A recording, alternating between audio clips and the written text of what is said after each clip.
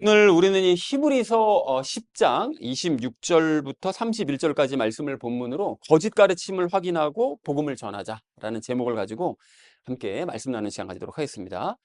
자, 우리가 그 지난주에 의인된 자가 행해야 될 일이 무엇이냐, 그 세 가지에 대해서 우리 함께 나누는 시간을 가졌는데요. 그 첫 번째로 우리 함께 나눴던 말씀이 무엇이었을까요?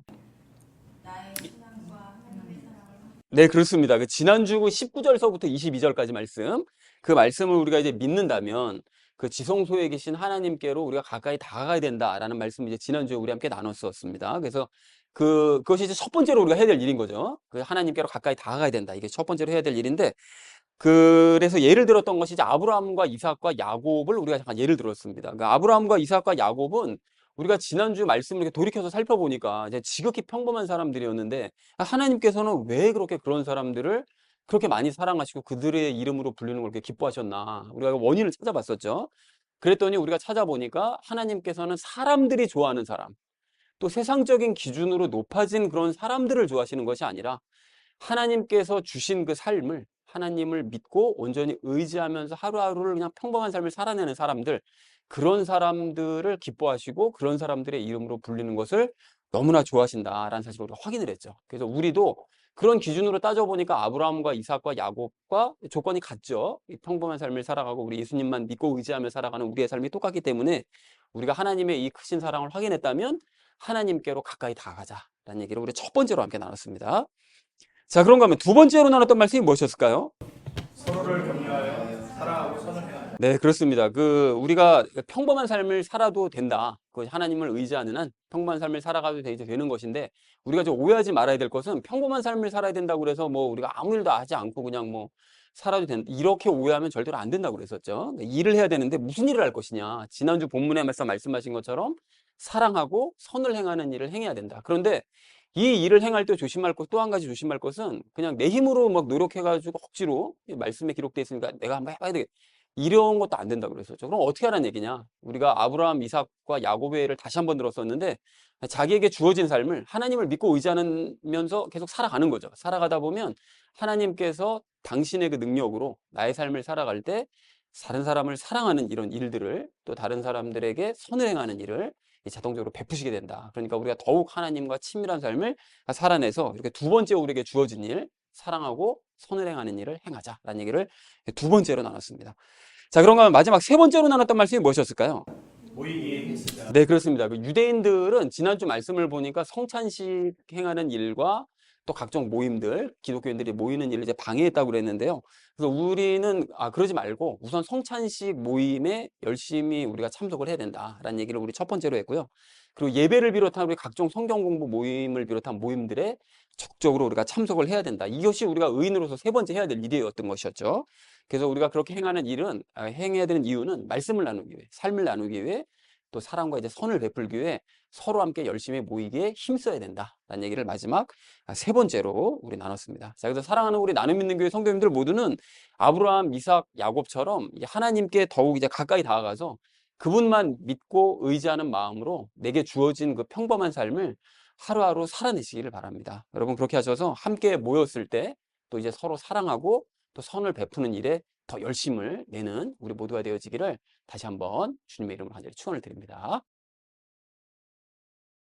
지난주는 우리가 의인이 해야 될 일에 대해서, 그 세 가지 일에 대해서 함께 말씀을 나누는 시간을 가졌다면, 그 이번 주는 원수들이 하는 일과 그들의 그 최후에 대해서 말씀을 하고 계십니다. 그러니까 의인이 해야 될 일에 반대돼서 원수들이 하는 일들, 그리고 그들의 최후가 어떠냐, 이것에 대해서 말씀을 하고 있습니다. 자, 그래서 오늘 주제를 이렇게 잡았는데요. 거짓 가르침을 확인하고 복음을 전하자라는 것을 주제로 각절 말씀 우리 나누도록 하겠습니다. 먼저 26절 말씀 함께 읽도록 하겠습니다. 우리가 진리에 관한 지식을 받은 뒤에 고의로 죄를 지으면 다시는 죄들로 인한 희생물이 남아있지 아니하고 라고 말씀합니다. 여러분, 그 진리에 관한 지식이 뭘까요? 진리에 관한 지식은 당연히 복음, 말씀이죠. 말씀이 이제 복음을 이야기합니다. 그러니까 이게 유대인들을 지금 겨냥해서 얘기를 하는 것이잖아요. 그리고 특별히 유대교로 다시 돌아가려고 하는 그 믿음이 흔들리는 유대인들에게 그 얘기를 하고 있는 것이죠. 그래서 복음을 받은 뒤에 고의로 죄를 지으면 이라고 얘기를 하는데요. 이게 우리가 여기서 조심하실 게 뭐냐면, 히브리서 말씀을 쭉 읽으시다 보면 이런 구절이 나오면 이제 피상적으로 읽으면 아, 이게 복음을 받은 뒤에 내가 고의로 죄를 지으면 죄들로 인한 희생물이 남아있지 않으니까 이거 영원히 용서 못 받는구나. 이렇게 볼 수가 있어요. 피상적으로 보면. 근데 우리가 제가 항상 강조하듯이 성경은 전체적으로 맥락으로 파악을 해야 되는 것이죠. 요 구절만 단순히 보시면 안 됩니다. 그래서 여기서 얘기하는 그 죄는 일반적인 죄를 뜻하는 것이 아닙니다. 지금 대상이 지금 유대인들이기 때문에 무엇을 얘기하는 것이냐 하면 유대인들이요, 유대교로 돌아가는 그 죄를 의미합니다. 그 뒷내용들이 다 그 내용들이에요.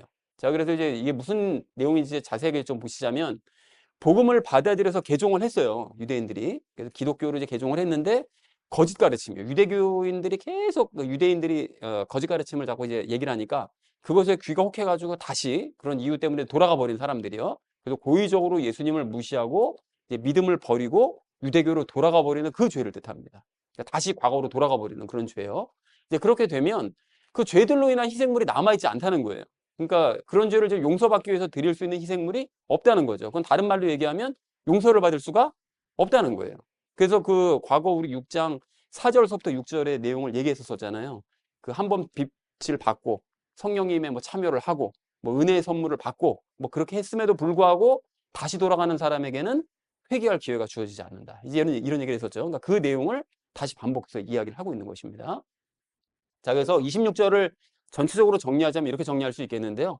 복음을 받은 뒤에 고의적으로 믿음을 버리고 유대교로 돌아가 버리게 되면 그 사람의 죄는 용서받을 수 없게 된다라는 것이 이제 26절의 의미가 되겠습니다. 지금도 마찬가지겠죠. 뭐 기독교 복음을 받아들이고 뭐 믿음 버리고 다른 데로 그냥 다시 돌아가 버렸다. 이렇게 되면 그게 참 용서받기 힘듭니다. 그 복음을 이미 알고 있는 상태로 그냥 진짜 작정하고 돌아가 버리면 그 사람은 거의 돌아오지 못할 가능성이 크게 된다는 것이죠. 자, 이어서 27절 말씀 우리 함께 읽도록 하겠습니다. 대적들을 삼킬 심판과 불같은 경노에 대하여 두렵게 기다리는 어떤 일만 남아 있느니라 라고 말씀합니다. 대적들을 삼킬 심판과 불같은 경노는 마지막 심판 때 이루어질 일들인 것이죠. 그래서 원수들을 삼킬 심판과 불같은 경노, 우리가 지난번에 요한계시록 13장 14장 말씀 나눴던 것처럼 이제 그런 이제 무서운 경노를 받게 된다라는 것이죠. 두렵게 기다리는 어떤 일이요? 그러니까 그날을 두렵게 기다릴 일만 남게 된다. 그렇게 유대교로 그냥 그렇게 대책 없이 돌아가 버리면 이룰 일만 남게 된다는 것이죠. 자, 그래서 27절 이렇게 정리해 볼 수 있겠는데요. 앞에 26절 말씀이요. 이제 유대교로 다시 돌아가 버리게 되면 죄를 용서받지 못할 뿐만이 아니라 원수들을 삼킬 심판과 불같은 경노를 두려운 마음으로 기다려야 된다라는 것이 27절의 의미가 되겠습니다. 자, 이어진 28절 말씀 우리 함께 읽도록 하겠습니다. 모세의 율법을 멸시한 자도 두세 증인으로 인해 긍휼을 얻지 못하고 죽었거늘 이라고 말씀하죠. 그 율법은 사라져 없어진다고 그랬었잖아요. 첫 번째 언약이었던 그 율법은 이제 없어지고, 그리고 이제 두 번째 언약인 그 믿음으로 말미암아 구원받는다는 언약이 이제 우리에게 주어지는 것인데, 그렇게 사라져 없어져 버리는, 그러니까 율법은 아직 세상 끝날 때까지 남아있긴 남아있죠. 근데 이제 심판을 받고 새 예루살렘으로 가게 되면 율법은 이제 없어질 건데, 그렇게 없어질 율법도 그걸 멸시한 사람은 과거에 죽었어요. 그렇잖아요. 안식일을 어기면 두세 사람 증인이 맞다고 얘기하면 돌로 쳐 죽이고 막 이런 일이 있었었죠. 이제 그것처럼 이제 그 뒤의 이야기, 예수님을 무시하면 죽을 수밖에 없다. 그 얘기를 하고 있는 것입니다. 그래서 결국에는 사라질 율법이지만 그것을 멸시한 사람은 두세 증인으로 인해 긍휼을 받지 못하고 죽었다라는 것이 28절의 의미가 되겠습니다. 자, 이어진 29절 말씀 함께 읽도록 하겠습니다. 하물며 하나님의 아들을 발로 밟고 자기를 거룩히 구별한 언약의 피를 거룩하지 아니한 것으로 여기며 은혜의 영께 무례히 행한 자가 당연히 받을 것으로 생각되는 형벌은 얼마나 더 극심하겠느냐 너희는 생각해보라 라고 말씀합니다. 여기 이제 하나님의 아들을 발로 밟는다고 이제 표현을 했는데요. 이것은 이제 예수님을 발로 밟는다는 것은 이제 무슨 의미냐? 이제 모욕한다는 거죠. 그러니까 유대교로 돌아간 그 유대인들이 예수님을 이제 구원자가 아니라고 부인하는 거예요. 이제 아니고 부인하면서 모욕하는 것을 뜻합니다. 지난 6장 6절에서 이거 설명을 했었는데, 그 유대교로 돌아간 유대인들은 자기들이 이제 맞다는 거를 얘기를 할 수밖에 없잖아요. 그러니까 기독교로 갔다가 다시 돌아온 이유를 자기를 합리화하면서 얘기할 수밖에 없는데, 가보니까 예수는 구원자가 아니더라고. 이제 이 얘기를 하는 거죠. 그래서 모욕을 하는 거죠. 그런 데서 예수님께서도 이제 그런 원수들을 발로 밟으십니다. 우리가 지난번에 왜 원수를 발로 밟으신다고 그러셨잖아요. 그들이 먼저 예수님을 발로 밟기 때문에 예수님도 마지막에는 원수들을 발로 밟으시는 것이죠.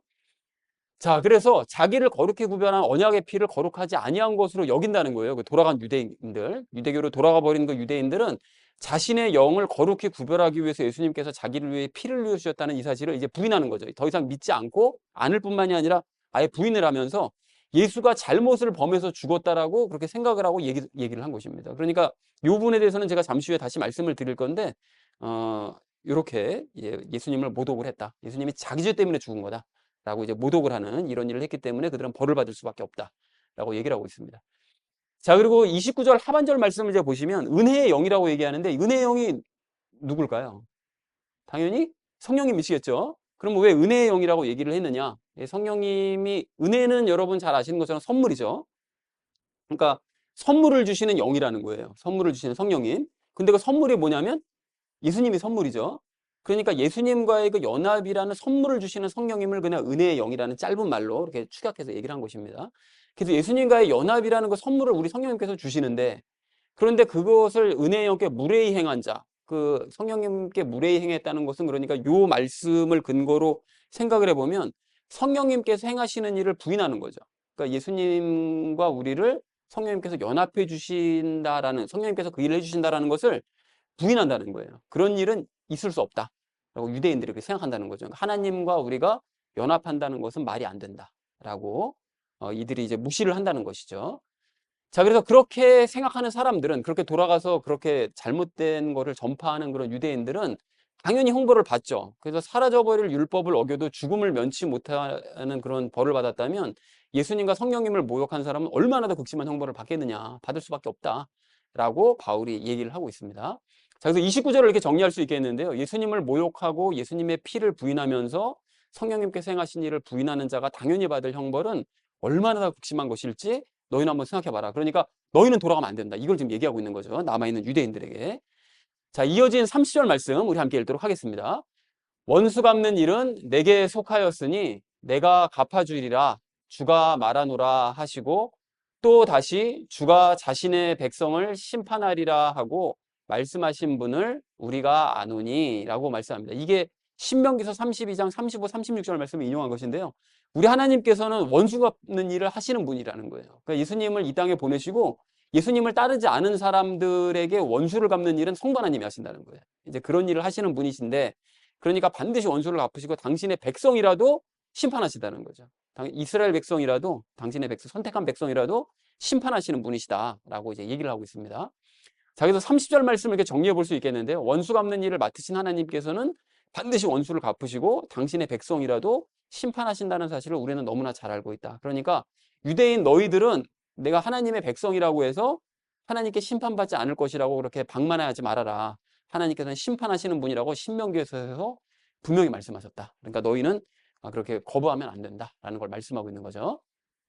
자, 마지막 31절 말씀 우리 함께 읽도록 하겠습니다. 살아계신 하나님의 손 안으로 떨어지는 것은 두려운 일이로다 라고 말씀합니다. 그러니까 살아계신 하나님의 손에 떨어져서 이제 심판을 받는다면 그것처럼 두려운 일은 없다는 거죠. 그러니까 너희가 한번 상상을 해보라는 거예요. 그게 어떻게 될 것인지. 너희 유대인들은 지금 이방인들을, 하나님께서 이방인들을 이렇게 심판하실 거라고 생각하고만 있지만, 그렇게 이방인들을 심판하실 하나님이 너희를 심판하신다고 생각해봐라. 그게 얼마나 무서운 일이겠냐라고 경고를 하는 것이죠. 31절 이렇게 정리할 수 있겠는데요. 살아계신 하나님의 손 안으로 떨어지는 것은 두려운 일이다 라고 얘기했다는 것이 31절의 의미가 되겠습니다. 자, 그래서 오늘 본문 말씀을 이렇게 정리를 해볼 수가 있겠는데요. 복음을 받은 뒤에 고의적으로 믿음을 버리고 유대교로 돌아가면 그 죄를 용서받을 수 없고 대적들을 삼킬 심판과 불같은 경로를 두려운 마음을 가지고 기다리고 있어야 된다. 그러니까 그게 얼마나 힘든 일이겠냐. 자, 그래서 사라져버릴 모세의 율법을 어겨도 긍휼을 얻지 못하고 사람들이 죽었다면, 그러면 예수님을 모욕하고 그분의 피를 부인하면서 성령님께서 행하신 일을 부인하는 그런 사람에 대해서는 얼마나 더 극심한 형벌을 받겠는지를 너희가 한번 생각을 해봐라. 그래서 마지막으로 얘기하죠. 하나님께서는 반드시 원수를 갚겠다고 말씀을 하셨고 당신의 백성조차 심판하겠다고 말씀을 하신 분이시기 때문에 그분의, 살아계신 그분의 손 안으로 떨어지는 것은 너무나 두려운 일이다. 그러니까 너희가 이 심판을 자초하지 말고 예수 그리스도를 믿음으로 말미암아 구원을 받아야 된다라고 바울이 간곡하게 얘기했다는 것이 오늘 본문 전체의 내용이 되겠습니다. 자, 그래서 오늘 이 본문 말씀을 이렇게 우리가 좀 핵심적인 내용을 좀 분석을 해보려고 하는데요. 그 오늘 본문 말씀을 이제 29절을 중심으로 정리를 해보면 예수님께서 피를 흘리셔서 죄의 문제를 해결하셨다는 거예요. 맞죠? 그리고 성령님께서는 우리가 죄의 문제를 해결하신 그 예수님을 우리와 연합할 수 있도록 만들어 주셨다는 거예요. 자, 이렇게 된 게 이제 진실이고 사실인데, 이것이 이제 확실한 사실인데, 이러한 믿음을 고의적으로 버리고 유대교로 돌아가 버리는 그런 유대인들이 있었다는 바로 그런 내용입니다. 그런데 이런 유대인들을 그럼 어떻게 해야 되냐? 이 유대인들은 자신의 죄를 자신이 해결해야 된다고 생각을 한 거예요. 그리고 하나님과 연합하는 것은 불가능하다. 이게 이제 유대인들의 핵심적인 거짓 가르침이거든요. 그러니까 자기 죄는 자기가 해결해야 된다. 이거 지금도 유대인들이 그렇게 얘기하거든요. 그러니까 유대인들이 지금 길거리 가는 유대인들에게 신앙을 가지고 있는 유대인들에게 질문을 하면 예수가 당신을 위해서 죄를 대신해서 죽으셨다고 얘기하면 그 말도 안 되는 그런 얘기. 자기 죄는 자기가 책임을 져야지 어떻게 남이 책임져 줄 수가 있냐. 그러니까 신약 성경 자체가 잘못된 거다 이게. 그러니까 이렇게 주장들을 하거든요. 그게 안 된다는 거예요. 말이 안 된다. 그리고 심지어 하나님과 연합하는 것은 아예 애초에 불가능하다. 어떻게 죄인인 우리가 그 거룩하신 분과 연합이 가능? 이건 말도 안 되는 얘기다. 이제 이게 유대교의 가르침인데 그걸 돌아가 버린 거죠. 유대인들이 기독교로 와서 얘기까지 다 듣고 복음을 듣고도 돌아가 버린 거예요.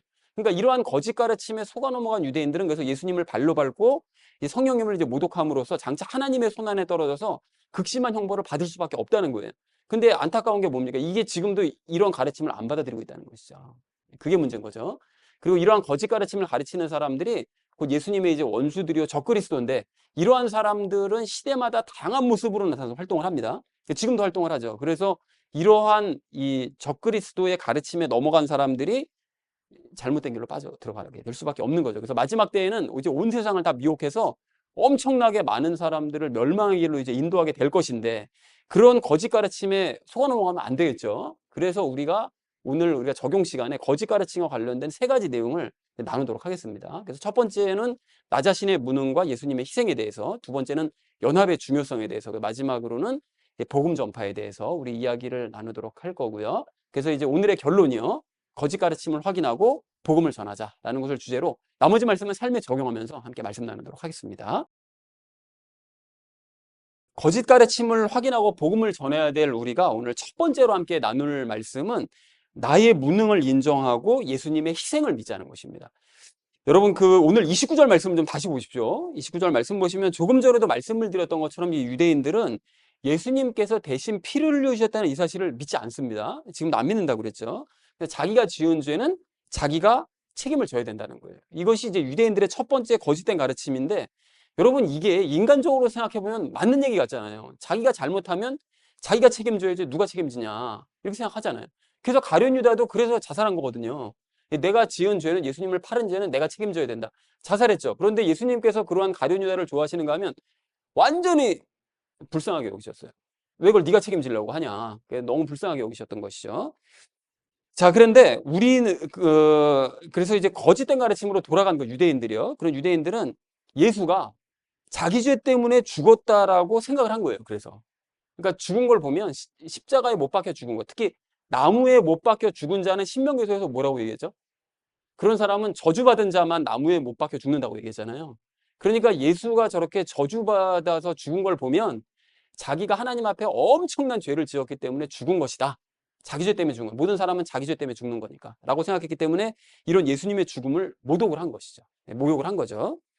자, 하지만 저와 여러분은 예수님께서 우리의 죄를 대신해서 죽으셨음을 믿습니다.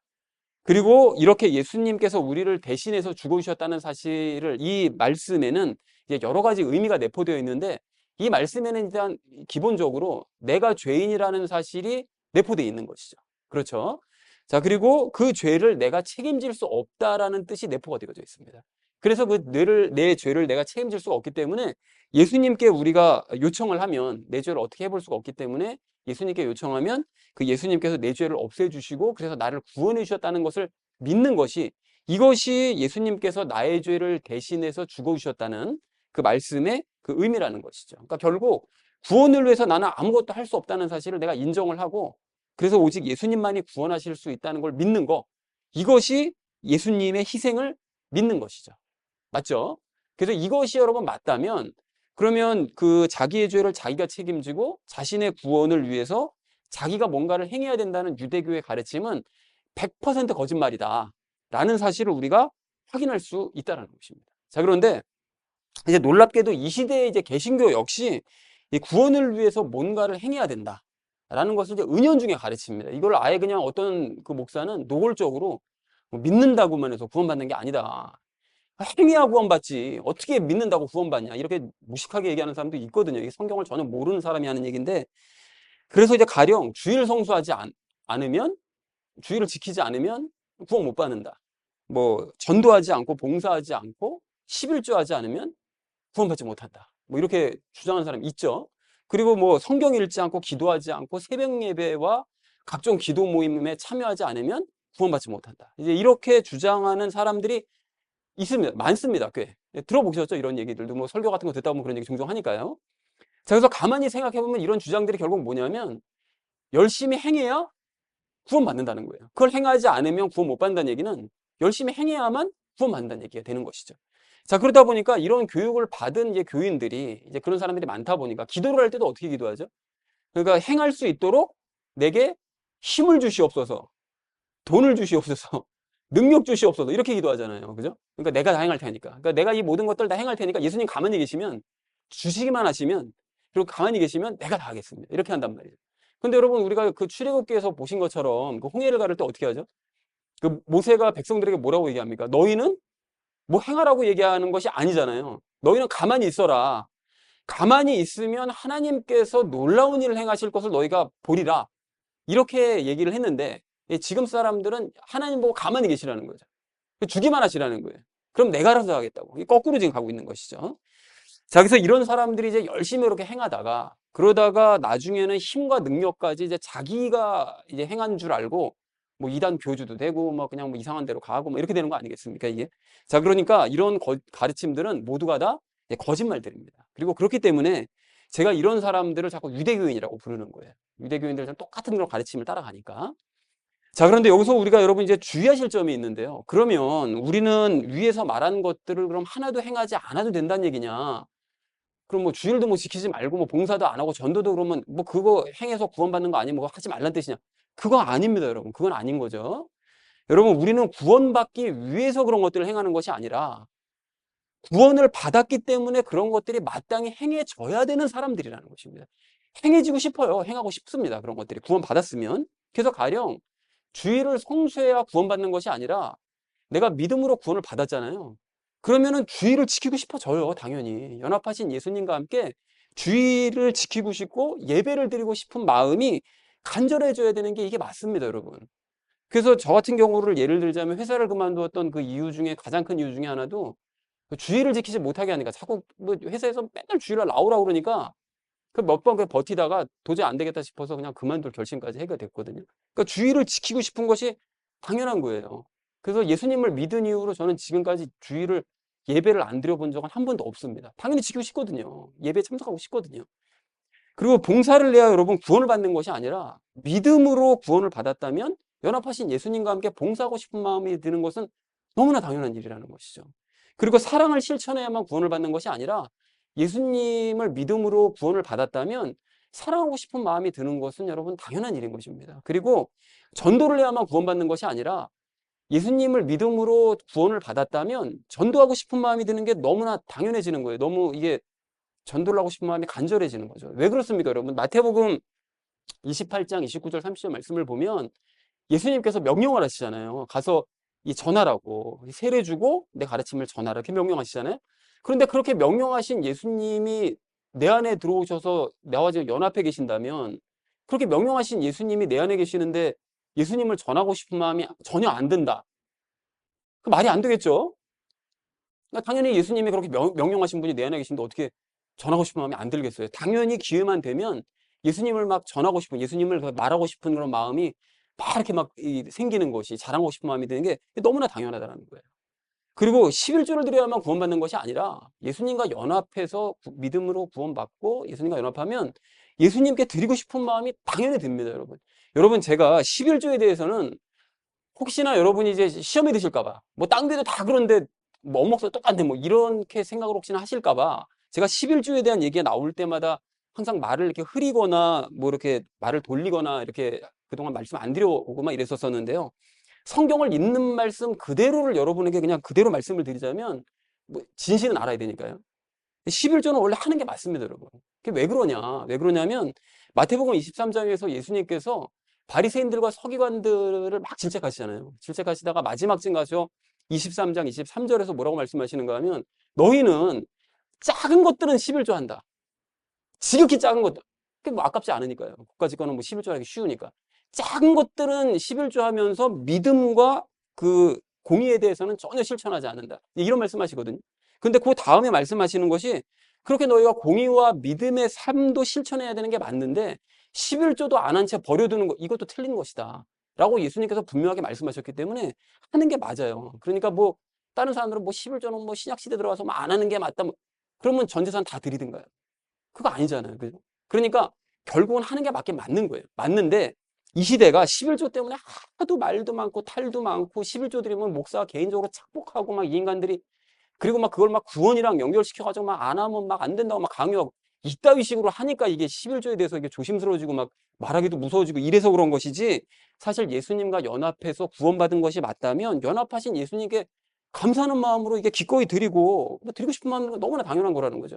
그리고 그렇게 드림으로써 나의 모든 수입이 나의 모든 이 생명줄이 누구에게 달려있다는 걸 고백하는 거죠. 예수님께 달려있다. 이걸 우리가 자연스럽게 고백하는 거, 인정하는 거죠. 그리고 드린 것에 대해서는 목사가 쓰는 게 아니라 교회와 남을 위해 쓰는 것이 이것이 맞는 것인 거죠. 자, 그리고 이 외에도 어려운 사람들을 돕는 것도 성경을 읽고 뭐 기도하고 모임에 참석하고 하는 이 모든 일들도 우리와 똑같은 원리가 적용이 되는 거죠. 즉 그것들을 행해야만 구원받는 게 아니라 구원받았다면 그 모든 것들을 당연히 행하고 싶어지는 것이 그리스도인으로서 당연한 자세라는 것입니다. 사랑하는 우리 나름 믿는 교회 성도님들 모두는 내 구원을 내가 책임지고 내 삶도 내가 책임져야 된다는 이런 것이 거짓 가르침이라는 것을 분명하게 여러분 깨달으시기 바랍니다. 내 노력으로는 절대로 구원받을 수 없고요. 구원 이후의 삶도 내 노력 가지고는 절대로 살아낼 수가 없습니다. 그게 맞는 거예요. 자, 그래서 우리는 오직 예수님의 희생으로 구원받았다는 사실을 믿고 구원받은 이후에도 예수님과 함께 모든 일들을 함께 행해 나가시기 바랍니다. 그렇게 거짓 가르침을 여러분 물리치시고 올바른 가르침을 따라가시는 저와 여러분 되어주시기를 주님의 이름으로 간절히 축원을 드립니다. 거짓 가르침을 확인하고 복음을 전해야 될 우리가 오늘 두 번째로 함께 나눌 말씀은 연합의 중요성을 확인하자는 것입니다. 여러분 오늘 그 29절 말씀을 다시 보십시오. 보시면 그 유대인들은 은혜의 영께 무례히 행했다. 이렇게 말씀을 합니다. 그러니까 참고로 아까 전에도 말씀드렸듯이 은혜는 선물이고 선물은 이제 예수님이시잖아요. 그러니까 결국은 은혜의 영께 무례히 행했다는 것은 성령님께서 우리에게 예수님과의 연합이라는 선물을 주신다는 걸 무시했다는 거죠. 그거를 말이 안 된다라고 이제 멸시했다라는 그런 뜻입니다. 그러니까 유대인들은 성령님께서 예수님과 우리를 연합하게 만드신다는 이 사실을 척적으로 부인한 거예요. 그러니까 이것이 바로 유대인들의 두 번째 거짓된 가르침입니다. 그래서 유대교로 돌아가 버리는 그 유대인들은 이러한 유대인들의 거짓 가르침 때문에 삼위일체 하나님과의 연합을 원래부터도 안 믿었지만 더 굳건하게 이제 안 믿게 된 거죠. 그러니까 가서 복음을 들어보니 말도 안 되는 얘기다. 다시 내가 그래서 돌아왔다. 이렇게 되는 거죠. 자, 그런데 우리는 삼위일체 하나님과의 그 연합을 믿습니다. 그것이 성경적으로 올바른 가르침이기 때문에 우리가 믿는 거예요. 여러분, 그리고 삼위일체 하나님과의 그 연합을 믿으려면 예수님을 바르게 믿어야 되는데 예수님을 바르게 믿는다는 것이 뭘 믿는 것이냐?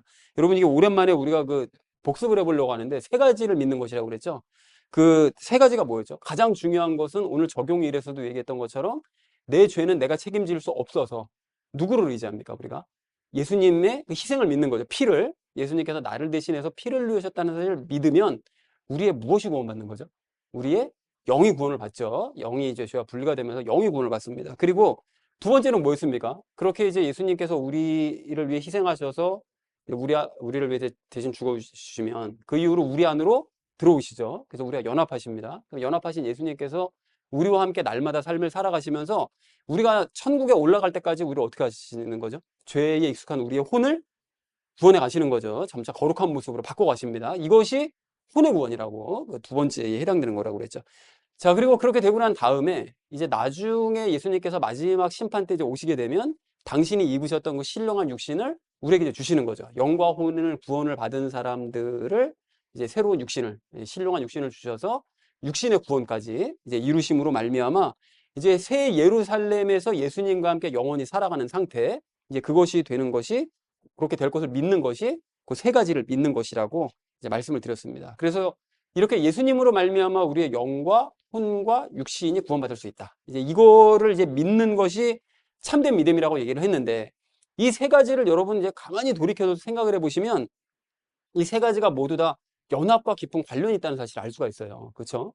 우리가 영의 구원을 받을 때 우리의 죄를 위해서 대신 죽어주신 예수님을 믿으면 우리의 영이 예수님과 연합해서 영의 구원 받는 거고, 또 이후로는 연합하신 예수님과 함께 살아가는 것이고, 그리고 마지막 그 예수님께서 심판하러 오시기 전에는 영과 혼이 구원받는 상태, 그러니까 연합한 상태인 이런 사람이 많이 새로운 육신을 받을 수 있는 것이기 때문에 이제 모든 것들이 다 연합과 이제 관련이 돼 있다는 것이죠. 그러니까 이처럼 구원과 구원 이후의 신앙생활 모든 것들이 다 예수님과의 연합이 없으면 이건 불가능한 일이라는 거예요. 그러니까 연합이 사실 너무 중요한 개념이라는 거예요, 연합이.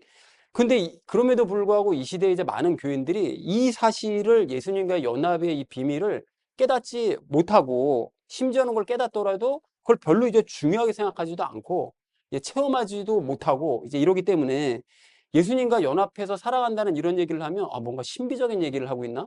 아니면 이게 무슨 뭐 이단적인 거를 얘기하고 있나? 이런 식으로들 생각을 한다는 거예요. 이게 너무나 중요한 교리인데, 이게 정말 기본적인 교리인데도. 자, 그래서 예수님과 연합을, 그리고 또 실제가 아닌 뭔가 철학적인, 어떤 관념적인, 그러니까 예수님께서 함께 하신다는 얘기를 그냥 연합해서 살아간다는 뜻으로 그냥 얘기하는 거지, 그냥 이런 식으로 생각하는 사람들도 많다는 거예요. 근데 그게 아닙니다. 실제로 연합을 하는 것입니다, 우리가.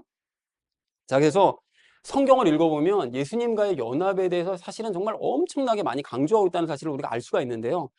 특히 이제 바울 서신서들을 보면 그런 얘기가 많이 나오죠. 예수님 안에, 이런 얘기가 많이 나옵니다. 뭐뭐 안에, 누구 안에, 말씀 안에, 심지어 막 이런 얘기가 많이 나오는데, 이 안에가 곧 뭐를 의미한다고 그랬죠? 이게 곧 연합을 의미하죠. 이게 우리는 그 사실을 알고 있습니다. 근데 이거를 이제 아내라는 표현이 하도 많이 나오다 보니까 이제 성경을 읽을 때 사람들이 이 아내가 뭔가가 중요한 것인 거는 느끼긴 느껴요. 바울이 이걸 너무 많이 강조하니까. 느끼긴 느끼는데 이거를 전혀 엉뚱하게 해석을 하거나 이제 연합이라고 생각하지 않고 전혀 엉뚱하게 해석하거나 그 중요성을 알지 못하는 사람이 대부분입니다. 보고도 보지 못하는 거예요. 듣고도 듣지 못하는 거예요. 그 중요성을. 그런가 하면 요한도 요한복음에서 예수님이 내 안에, 내가 예수님 안에, 이런 표현 굉장히 많이 하죠. 우리가 하나님 안에, 하나님께서 우리 안에, 이런 표현도 굉장히 많이 합니다. 이건 역시 우리가 잘 알고 있는 것처럼 연합을 강조한 내용인 것이죠. 자, 그래서 특히나 요한은 이제 요한일서에서 연합에 대해서 엄청 강조를 하는데요. 그 얼마 전에도 제가 인용을 해드렸었고 그 전에도 인용을 해드렸는데, 요한일서 4장 1절 말씀을 보시면 이렇게 말씀하십니다. 사랑하는 자들아, 영을 다 믿지 말고 오직 그 영들이 하나님께 속하였는지 그것들을 시험하라. 여기서 얘기하는 영이란 대언자의 영이요, 선생의 영을 얘기합니다. 너희를 가르치는 대언자, 너희를 가르치는 선생들. 그러니까 그런 사람들의 말을 무작정 너희가 받아들이려고 하지 말고 그 영이 진짜인지 가짜인지를, 거짓 영인지를 시험해 보라는 거예요. 그럼 어떻게 시험하라는 얘기냐? 그것이 이어진 2절에서 이렇게 얘기합니다. 예수 그리스도께서 육체 안에 오신 것을 시인하는 영마다 하나님께 속하였으며, 이렇게 얘기하잖아요. 이게 무슨 뜻이라고 그랬죠, 여러분? 예수님께서 육체를 입고 오셨다는 것을 인정하는 사람이 하나님께 속한 영이라는 거예요. 그죠? 하나님께 속한 영이고 속한 대언자라는 거예요.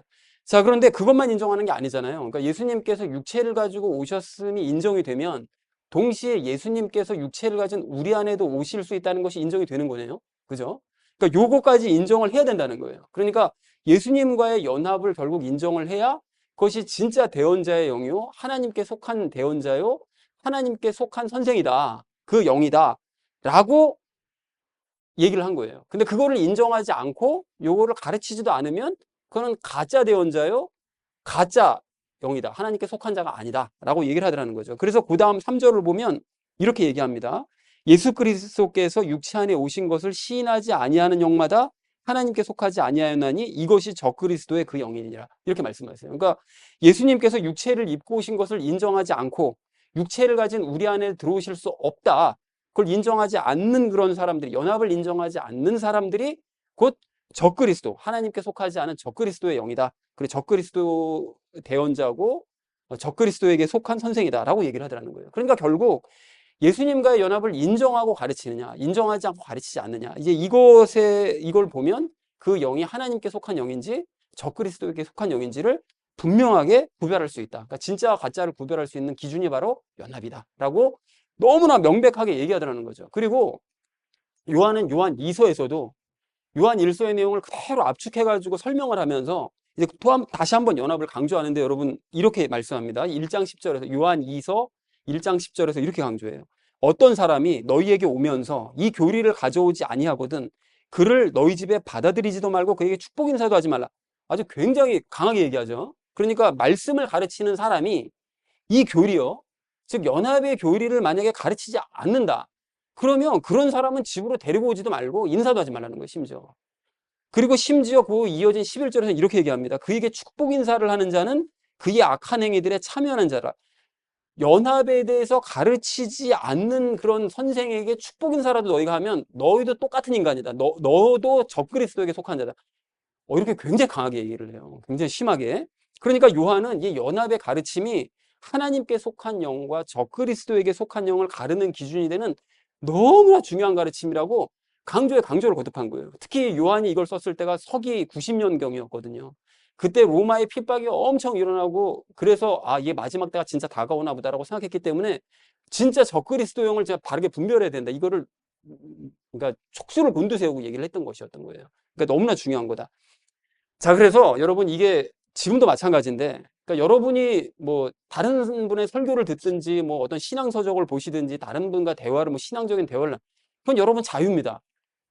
우리는 뭐 이상한 이거 이단 그런 그 집단처럼 뭐 남들이랑 접촉도 못하게 하고 막 이런 거 아니에요. 여러분 하시고 싶으면 자유롭게 하시라고요. 뭐 대화도 나누시고 설교도 들어보시고 다 하세요.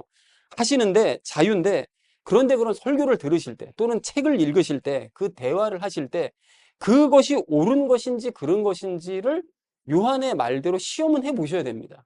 이게 맞는 건가 틀린 건가 이건 하셔야 돼요. 그래서 가령 설교를 들었는데 사람 정신을 쏙 빼놓을 정도 설교를 너무 잘하는 거예요. 들으니까 완전 푹 빠져들어요 그냥 막. 그리고 심지어는 어떤 설교를 들으니까 막 그냥 막 눈물이 그냥 좔좔 나오게 감정을 막 건드려가지고 막 그런 설교를 막 하는 거예요. 설교가 너무 좋아요. 그런데 그 설교자가 예수님과의 연합에 대한 내용은 전혀 말을 하지 않거나 연합의 중요성에 대해서 말을 하지 않거나 또는 예수님과의 연합의 관점에서 말을 하지 않는다. 그러면 그 설교가 아무리 좋은 설교를 할지라도 그 설교는 거짓입니다, 여러분. 이건 제 얘기가 아니고요. 요한이 얘기한 것이고 성경에서 말씀하시는 말하는 거예요. 너희가 아무리 귀에 듣기에 정말 감동적인 설교를 들었다 한들 연합에 대한 얘기가 없었니? 그런 건 가짜다 라고 말씀하시더라는 거예요. 그리고 설교자가 그리고 연합에 대해서 말은 하긴 하는데 그걸 강조하지 않거나 다른 것들을 더 강조한다. 그러면 그 설교는 심히 미흡한 설교라는 것이죠. 심지어 어떤 설교자가 예수님과 연합하는 것은 꿈도 꾸어서는 안 된다. 어떻게 너희 같은 죄인들이 예수님과 연합, 이런 얘기를 하거들랑 그 사람은 적그리스도의 영을 가진 사람이 분명하다는 것을 우리가 알아야 된다는 것이죠. 설교도 여러분 설교지만 책도 이런 식의 만약에 내용이다. 그래서 그렇게 되면 그 책 역시 참이 아니거나 아니면 공허한 책이거나 아니면 적그리스도의 영을 가진 사람이 쓴 책이다. 대화를 나눌 때도 마찬가지입니다. 대화를 나눠보니까 연합에 대한 얘기는 전혀 없고 무슨 쓸데없는 무슨 뭐 기도 열심히 해야 돼, 뭐 성경 몇 장 읽어야 돼 이런 얘기를 잔뜩 하고 있다. 그러면은 그 사람은 역시 참인 얘기를 하고 있는 것이 아니고 공허한 얘기만 하고 있는 것이고 심지어는 적그리스도의 영을 가진 사람일 수도 있다라는 것을 우리가 분별할 수 있어야 된다는 것이죠. 그러니까 이렇게 우리는 좀 심하다 싶을 정도로 예수님과의 연합을 중요하게 여기고 그것을 기준으로 옳고 그름을 분별해야 될 줄로 믿습니다. 왜냐? 그것이 성경의 가르침이니까요. 그리고 그것을 중요하게 여긴다면 남들을 판단하기만 할 것이 아니라 나 자신도 돌아봐야 됩니다. 나 자신도 예수님과의 연합을 늘 인식하면서 살아가고 있는가? 연합하신 예수님께 늘 할 수 없다는 사실을 고백하고 그분의 도움을 내가 요청하면서 매번 살아가고 있는가? 그리고 실제로 적용일처럼 예수님의 힘과 능력으로 모든 일들을 신앙생활의 모든 일들을 감당하면서 살아가고 있는가? 또한 예수님과의 연합에 대한 가르침을 분별해서 내가 듣고 분별해서 내가 책들을 읽고 분별해서 사람들과 대화를 나누고 있는가? 이런 사실들을 늘 확인하셔야 된다는 거죠. 에이, 그렇게까지 무슨 연합에 하셔야 된다는 거예요. 마지막 때가 다가올수록 안 하면 미혹된다는 거예요. 그래서 사랑하는 우리 나눔 있는 교회 성도님들 모두는 예수님과의 이 연합이 가장 중요한 교리임을 여러분 믿으시기 바랍니다. 예수님과의 연합을 무시하거나 그에 동조하는 사람은 요한의 말대로 적그리스도의 영이고 거짓 대언자의 영이 너무나 분명하므로 오늘 29절에 있는 말씀처럼 장차 극심한 형벌에 처할 수밖에 없다. 이게 나도 해당될 수도 있다. 이 사실을 여러분 기억하시기 바랍니다. 그래서 우리는 연합의 가르침을 늘 마음에 간직하셔서 참과 거짓을 분별하시고 연합하신 예수님의 능력을 체험하면서 살아가시는 저 여러분 되어주시기를 주님의 이름으로 간절히 축원을 드립니다. 자, 거짓 가르침을 확인하고 복음을 전해야 될 우리가 마지막 세 번째로 나눌 말씀은 전하자는 것입니다. 전하자. 여러분, 우리가 앞에서 살펴본 것처럼 이게 뭐 구원이 됐든 신앙생활이 됐든 내 힘으로 해야 된다, 할 수 있다, 뭐 이런 얘기를 듣잖아요. 100% 거짓말입니다. 이제 아시겠죠? 여러분, 이거 뭐 어떤 내용이 됐든 신앙생활 관련돼서 네가 해야 된다, 너 할 수 있어, 이렇게 되면 이건 이거 가짜구나, 이거 분명히 분별할 수 있는 거고요. 마찬가지로 하나님과의 연합을 반대하는 가르침이요, 100% 거짓말이죠. 그리고 반대는 하지 않지만 중요시하지 않는다, 이것도 심각한 가르침입니다. 이것도 문제가 있는 거죠. 자, 그렇다면 이런 두 가지 거짓 가르침과 또 참된 것이 무엇인지를 우리가 확인을 했다면, 그렇다면 우리가 해야 될 일이 있습니다. 뭐냐면 연합하신 예수님과 함께 참된 가르침을 전파해야 된다. 여러분, 오늘 26절, 27절 말씀 보십시오. 이거 보시면 이 말씀이 아까 전에 그 유대교로 돌아가 버린 유대인들에게 하신 말씀이라고 그랬었잖아요. 그죠? 그랬는데 이 시대에도 유대인들과 다를 바 없는 사람들이 너무 많잖아요. 그러니까 26절, 27절 말씀이 사실은 이 시대에도 그대로 적용될 수 있는 것이죠. 여러분, 그래서 자기 죄는 자기가 책임져야 된다. 또 하나님과의 연합은 꿈도 꾸지 말아야 된다.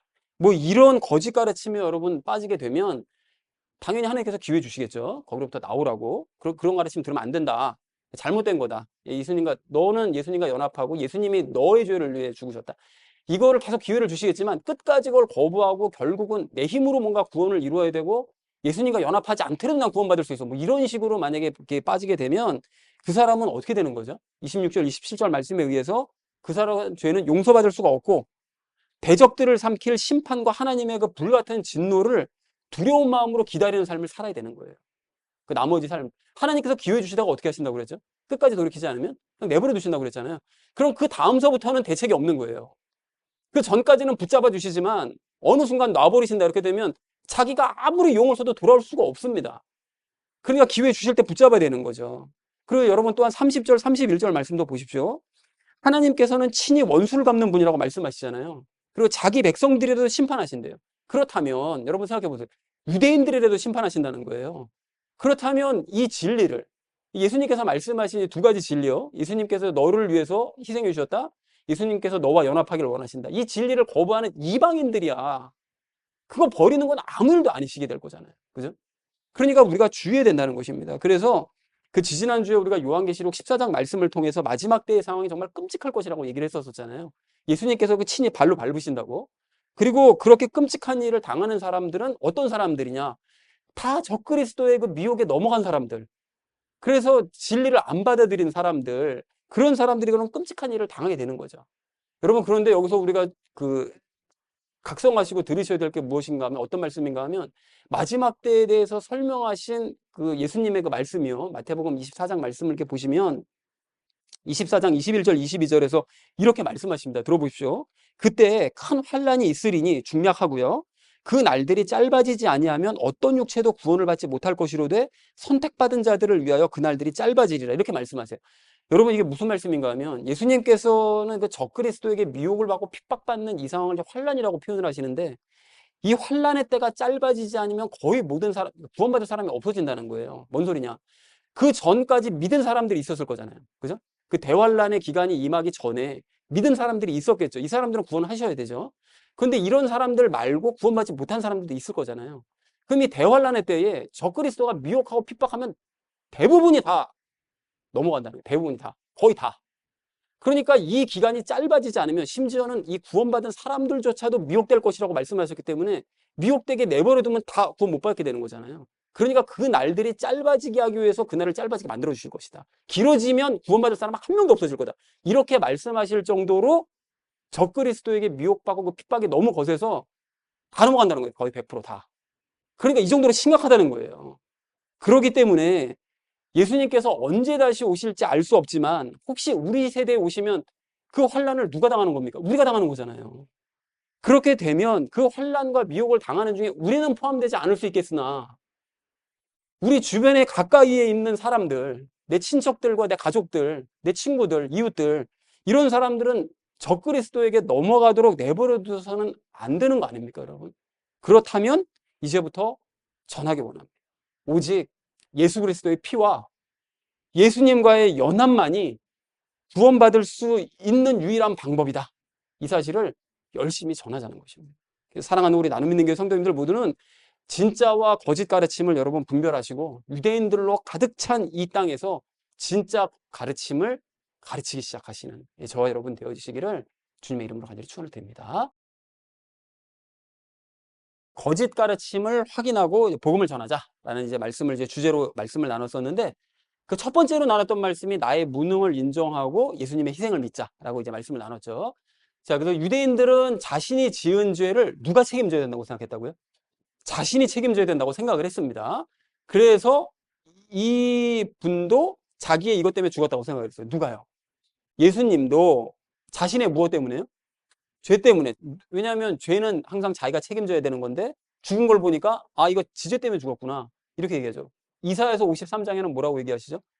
저 사람이 자기 죄 때문에 하나님께 그렇게 많은 징벌을 받는구나라고 생각했으나 사실은 그거는 죄는 하나가 없었고 다른 사람들의 죄 때문에 죽었다 이렇게 분명히 말씀하시잖아요. 그런데도 불구하고 안 믿는 거죠. 성경 말씀도 안 믿는 겁니다. 유대인들은. 자, 그래서 우리는 예수님이 우리 죄를 어떻게 해서 죽으셨음을 믿는다고요? 우리 죄를 대신해서 죽어주셨다는 사실을 믿습니다. 여러분. 자, 그래서 예수님께서 우리를 대신하여 죽으신 것은 나 자신의 무엇을 인정한다는 뜻이 담겨 있는 거죠. 그 안에는 나 자신의 내가 죄가 있다는 걸 인정하는 거죠. 그리고 또한 그 죄를 내가 책임질 수 없다는 것을 인정하는 것이 이 뜻 안에 담겨져 있는 것이죠. 그래서 이분께서 내 죄를 없애주시고 나를 구원해 주셨음을 믿는다는 뜻이 담겨져 있습니다. 누굽니까?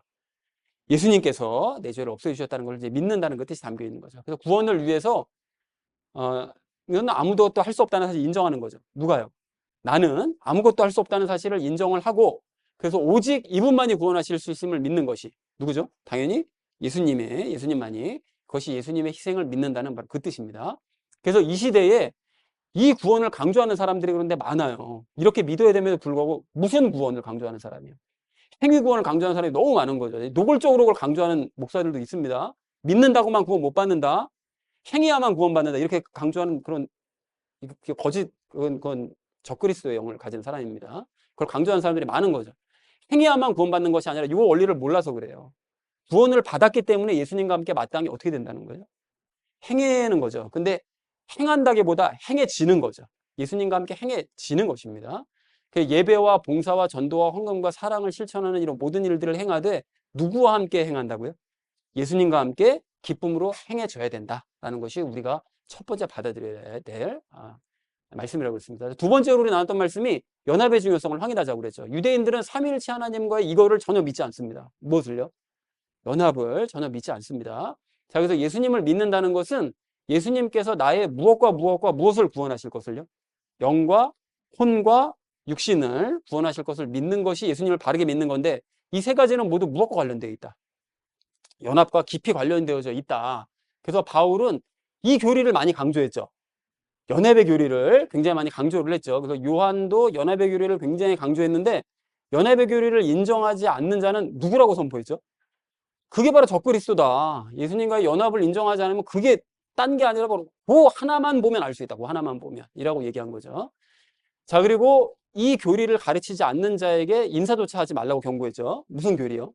연합의 교리를 가르치지 않는 자에게는 인사조차 하지 말아라. 그리고 그들과 사귀는 자들도 적그리스도의 행위에 동참하는 자다라고 아예 선포를 해버렸습니다. 그러니까 우리가 너무나 중요하다라고 이제 강조를 한 것이죠. 예수님과의 연합의 교리를 기준으로 다른 사람들을 분별하고 나 자신을 확인하자라는 것이 두 번째 우리 나눴던 말씀이었습니다. 자, 마지막 세 번째로 우리 나눈 것이 전하자고 그랬죠. 그래서 오직 예수님만이 하실 수 있음을 믿고 예수님과의 연합을 믿는다면 그 내용을 어떻게 된다고요? 전해야 됩니다. 여러분 이게 미흡하더라도 나 같은 사람이 어떻게 전해? 나 지금 아직까지 제대로 정립도 안 되는데 어떻게 전하지? 아니고요. 얘기를 하기 시작하면 예수님이 하시는 거예요. 내가 하는 게 아니라. 그게 벌써 내가 하려고 하기 때문에 이게 안 되는 거잖아요. 그러니까 이거 전하고 싶습니다. 라는 거를 예수님께 말씀을 보고를 드리고 시작을 하면 예수님께서 말씀하십니다. 그러니까 전하셔야 됩니다. 그 내용을 전해야 된다는 거예요. 그래서 하나님께서는 마지막 때 혹독하게 뭐 하신다고요? 심판하시죠. 그런데 적그리스도의 편의 선자들이 굉장히 많을 거예요. 다 넘어갑니다.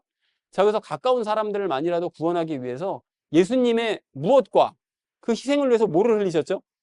피와 예수님의 그 피와 예수님과의 무엇으로만 예수님과의 연합으로만 구원받을 수 있다라는 사실을 전파하는 우리 모두가 되기를 간절한 마음으로 소망합니다. 자, 그래서 사랑하는 우리 나눔 믿는 교회 성도님들 모두는 예수님께서 내 죄를 위해 희생해 주셨다는 사실을 여러분 믿으시고요. 또 나와 함께 사시기 위해 연합했다는 사실을 여러분 믿으시기 바랍니다. 그리고 이 원리를 이 주변의 사람들에게 증거하시는 저와 여러분 되어주시기를 주님의 이름으로 간절히 축원드립니다.